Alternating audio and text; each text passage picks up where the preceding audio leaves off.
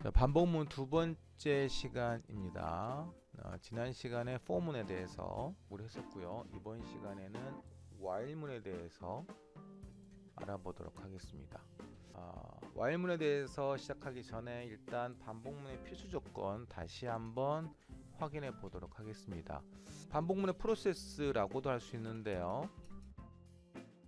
변수의 값이 초기값부터 시작을 하는데요. 증감식에 따라서 변화를 합니다. 조건의 결과가 참이면 명령문을 실행을 하고 조건의 결과가 거짓이면 반복문을 중지하게 됩니다. 지난 시간에는 이 부분이 for문이었고 이번 시간에는 while문입니다. 그래서 반복문에는 반드시 변수가 필요하게 됩니다. 그리고 이 변수의 변화에 의해서 반복이 됩니다. 중지가 되기도 합니다. 그래서 구성 요소는 초기값, 조건, 증가함식 이 세 개가 반드시 필요합니다. while문도 for문과 같은 반복문입니다.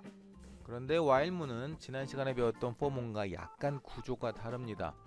자, while 적고요. 괄호 안에 조건만 넣어줍니다. 그리고 중괄호 안에 명령문을 넣어주는 것은 for문과 동일합니다. 자, 반복문의 기본적인 구성 요소 세 가지가 있습니다. 초기값, 조건, 증감식. 그런데 while문에 보니까 조건 하나밖에 안 들어 있습니다. 그러면 초기값과 증감식은 어디선가 넣어줘야 된다는 거죠. 초기값은 한 번밖에 실행되지 않습니다. 따라서 while문이 시작되기 전에 초기값을 넣어주면 되고요. 그 다음에 조건에 따른 결과가 참인지 거짓인지 확인하기 위해서는 이 초기값을 계속해서 변화를 줘야 됩니다. 그래서 변화가 있어야 되는 증감식은 명령문 뒤에다가 보통은 넣어주게 됩니다. 자, 일단 지난 시간에 배웠던 블랙핑크 출력하는 걸 for문을 이용을 해서 작성해 보도록 하겠습니다.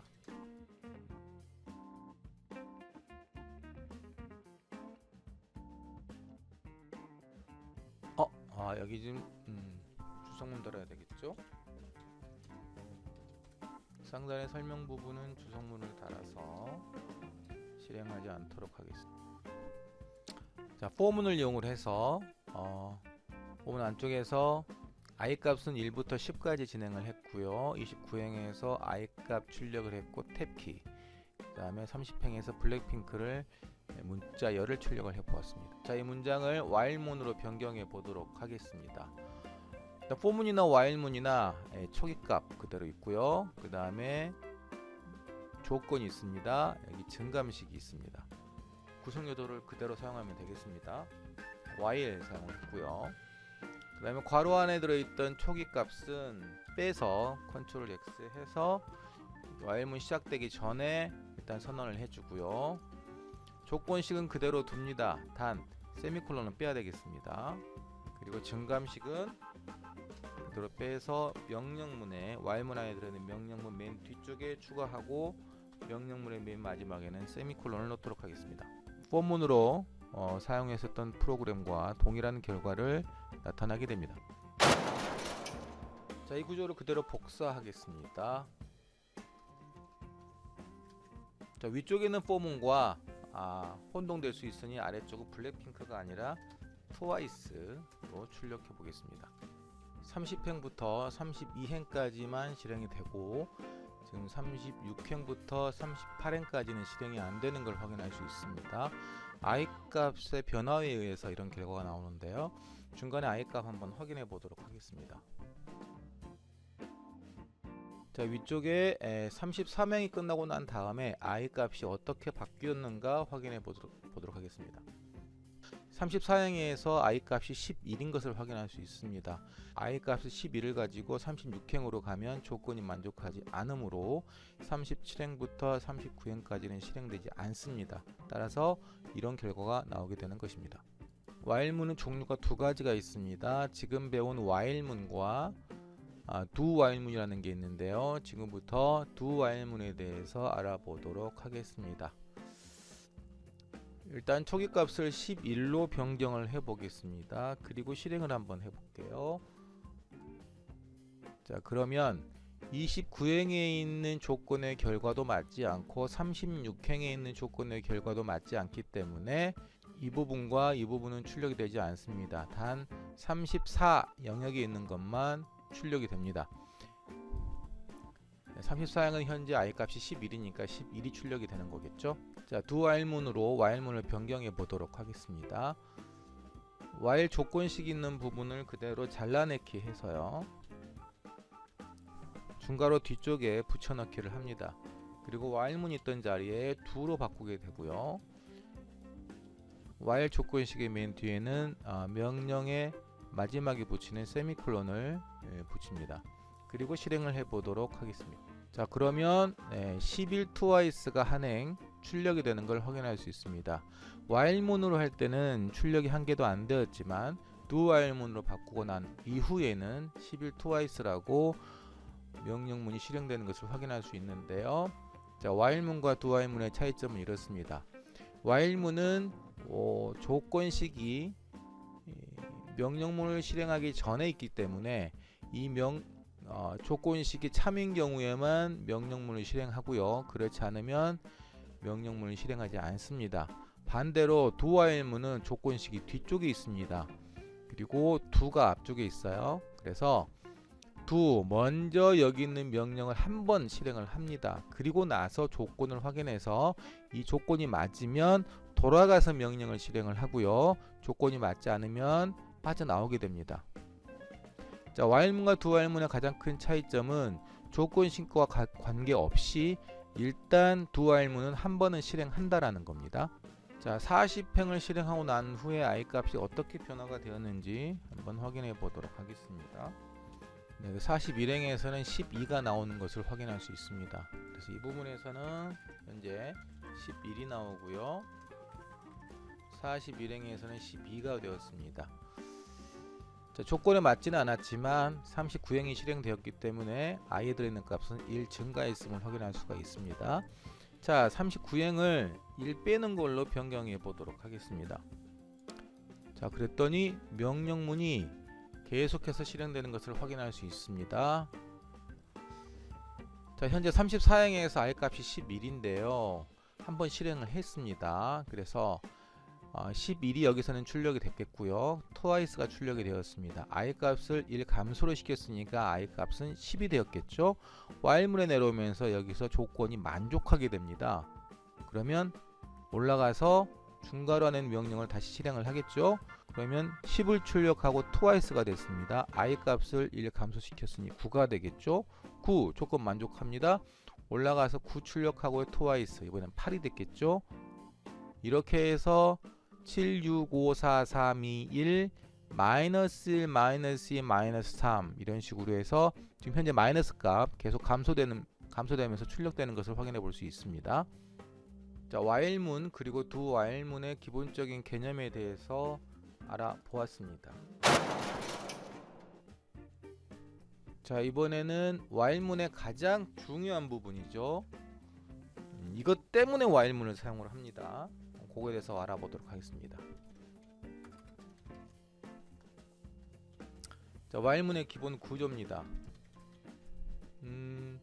twice를 출력해 보도록 하겠습니다. 자, 이렇게 하면 실행을 해보면 아래쪽에 에러가 나옵니다. 네, 괄호 닫기 토큰 앞쪽에 표현이 필요하다는 건데요. 지금 while 괄호 안에 조건식이 없어서 그렇습니다. 자, 조건식의 결과가 여기에 나와줘야 되는데요. 조건식의 결과는 참 아니면 거짓입니다. 지금 if문도 조건식이 있고요. for문도 조건이 있습니다. while문도 조건이 있습니다. 스위치문만 제외한 세 가지 제어문에는 전부 다 조건문이 있습니다. 그리고 이 조건문의 결과는 참 아니면 거짓입니다. 그래서 여기는 1 아니면 0이 들어갈 수 있다는 거죠. 0을 넣어 보도록 하겠습니다. 그러면 while라는 조건이 참이 아니라 거짓이니 29행이라는 명령어는 실행되지 않는 것을 확인할 수가 있습니다. 그럼 이 부분을 참으로 바꿔 보도록 하겠습니다. 이 줄바꿈 하나 넣어 보도록 할게요. 28행에서 조건이 참인 동안에는 29행이라는 명령어를 계속 실행을 하는 거죠. 따라서 명령어가 계속해서 실행되는 것을 확인할 수 있습니다. 자, 이걸 눈으로 좀 확인을 해보고 싶으면요. 보통 변수를 이용을 하면 좋겠죠. 그래서 변수 한 개를 선언을 해서 이 변수를 계속 증가를 시키면 되겠습니다. 앞쪽에서 증가를 시키겠습니다. i 아까 똑같이 한번 해보도록 하겠습니다. printf i 값을 출력하면 되겠죠. D. 그럼 왼쪽에 i 값이 계속 올라가는 거, 일시 증가되는 모습 볼 수 있습니다. 이 구조는 while문의 조건식에 1을 넣어주게 되면 무한 루프가 된다는 이야기입니다. 그리고 이 무한 루프는 종결시킬 수 있는 명령어가 있었습니다. 포문할 때 배웠는데요. 브레이크 문이죠. 그래서 만약에 내가 한 100 정도에서 멈추게 하고 싶다 라고 하면 이 안에 조건식을 넣어주면 되겠죠. if i 값이 100이 되면 브레이크, 그러면 정확히 100에서 멈춥니다. 위쪽 쭉 올려보면 1부터 나와 있겠죠. 1부터 해서 100까지 실행이 되고 종료되는 것을 확인할 수 있습니다. 자, 출력만 할 수 있는 게 아니라 입력도 할 수 있습니다. 그래서 32행은 일단 삭제를 하고요. 트와이스를 위쪽으로 올리겠습니다. 자, 입력이라고 넣고요. 숫자를 입력받도록 하겠습니다. 숫자를 어딘가에 저장해야 되겠죠. 변수를 하나 선언을 해야 되겠죠. 줄바꿈을 하도록 하겠습니다. 자, 그러면 숫자 입력이라는 글자가 나오고 32행에서 커서가 깜빡깜빡 거립니다. 2를 입력을 했습니다. 그러면 2가 그대로 출력이 되고요. 쭉 돌아서 다시 온 거죠. 숫자 입력 3 입력했고요. 그리고 10 입력했습니다. 자, 몇 번 실행하고 있는지, 지금 몇 번째 실행을 하고 있는 건지는 여기는 i 값을 확인해 보면 되겠죠. 그래서 i 값을 확인해 보도록 하겠습니다. 출력하는 부분에 %t 회차라고 넣어주고요. %d 부분에는 i 값을 출력해 주면 될 것 같습니다. 자, 그래서 1회차 숫자 입력이라고 나오겠죠. 여기는 20.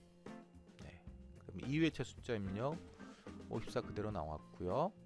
그다음에 뭐 1, 4회차, 5회차, 6회차. 자, 여기 몇 회차가 되면 종료가 될까요?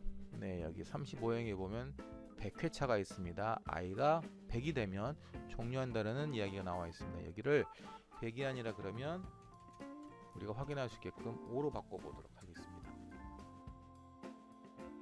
자, 5회차 입력을 해보겠습니다. 엔터. 네, 프로그램이 종료가 되는 걸 확인해 볼 수 있습니다. 종료 그냥 넣으니까 좀 밋밋하죠. 프로그램이 종료되었습니다 라고 글자를 넣는 것도 나쁘지 않겠습니다.